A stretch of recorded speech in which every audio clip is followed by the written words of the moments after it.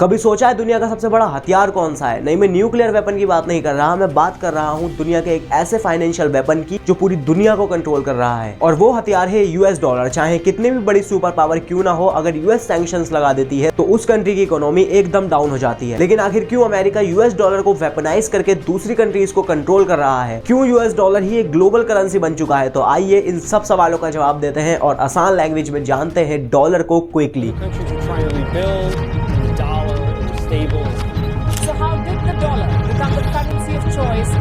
आज से 6000 BC पहले कोई करेंसी नहीं थी, लोग बार्टर सिस्टम यूज करते थे, जिसे हिंदी में वस्तु विनिमय प्रणाली भी कहा जाता है। आपने इसे 10th की इकोनॉमिक्स में भी पढ़ा होगा। फॉर एग्जांपल, अगर किसी के पास टमाटर है और उसे चावल की नीड है, तो जिसके पास चावल है वो उसे टमाटर देकर चावल ले लिया करते थे। ऐसे ही उस टाइम पर लोग अपनी जरूरत के हिसाब से चीजें एक्सचेंज करते थे। लेकिन जब बात बड़ी डील्स की आती थी तो ये चीजें खराब हो जाती थी। इस प्रॉब्लम से बचने के लिए लोगों ने गोल्ड और सिल्वर के कॉइन बना दिए, जो खराब भी नहीं होते थे और किसी चीज की जरूरत होने पर लोग कॉइन्स देकर वो चीज ले लिया करते थे। लेकिन इसमें भी लोगों को दूर ट्रेड्स करने हैं तो इसे कैरी करना मुश्किल होता था, और इसी प्रॉब्लम से बचने के लिए लोगों ने सॉल्यूशन निकाला, जिसे आज हम हवाले के नाम से जानते हैं। लेकिन ये सॉल्यूशन भी कोई परमानेंट सॉल्यूशन नहीं था, ये सिस्टम भी काफी अनऑर्गेनाइज था। लेकिन इसके बाद 1154 चाइना के वनयान लियांग ने चाइना की अथॉरिटी के साथ मिलकर इन्हीं दूर के बिजनेसेस और ट्रेड्स के लिए बैंक्स बना दिए, जिससे ये फायदा हुआ, लोग बैंक्स में जाकर अपने गोल्ड और सिल्वर जमा कर दिया करते थे और उसके बदले बैंक नोट ले आते थे, जिससे लोगों को सोना चांदी लेकर दूर ट्रेवल्स करने की जरूरत नहीं थी। उस टाइम पर कुछ इस तरीके के बैंक नोट्स होते थे जो लोग यूज करते थे।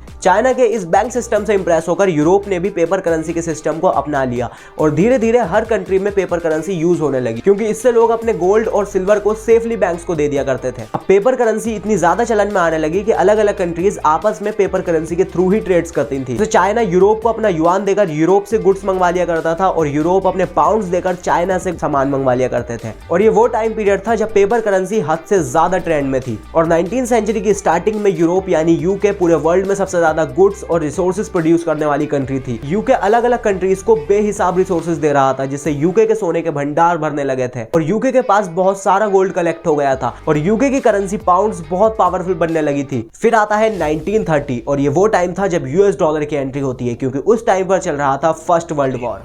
140,000 men were assembling for the attack in our wood.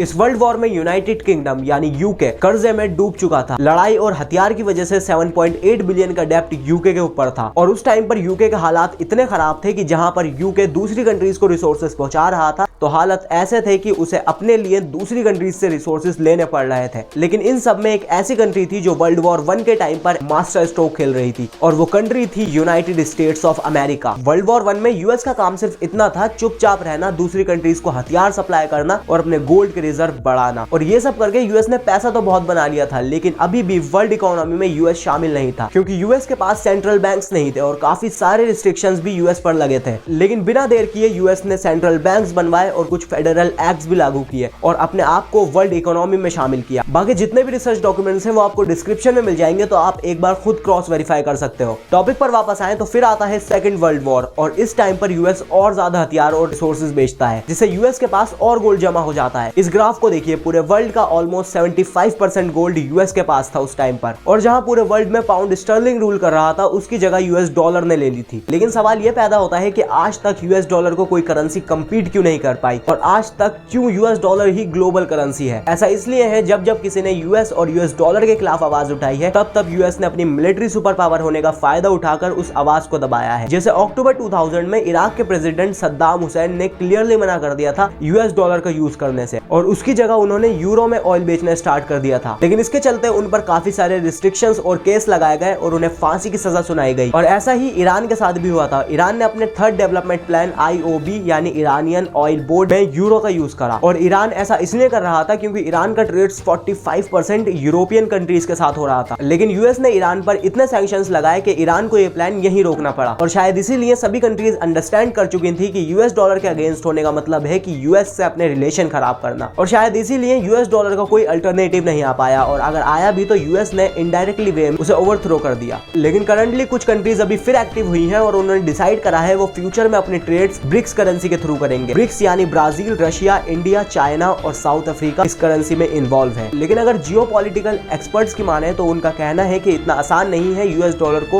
Overthrow करना या फिर उसका अल्टरनेटिव निकालना। बाकी इस वीडियो में मैंने जो आपको इन्फॉर्मेशन शेयर करी है वो काफी ज्यादा समराइज करके शेयर करी है। अगर मैं आपको फुल्ली डिटेल में बताता तो वीडियो काफी ज्यादा लेंथी हो जाती। बाकी नेक्स्ट वीडियो थोड़ी लेट पब्लिश होगी क्योंकि मेरे एग्जाम स्टार्ट होने वाले हैं कुछ दिन में। ऑल्दो अगर आपको वीडियो पसंद आई तो इस वीडियो को शेयर करिए। मिलते हैं अगली वीडियो में। Thank you.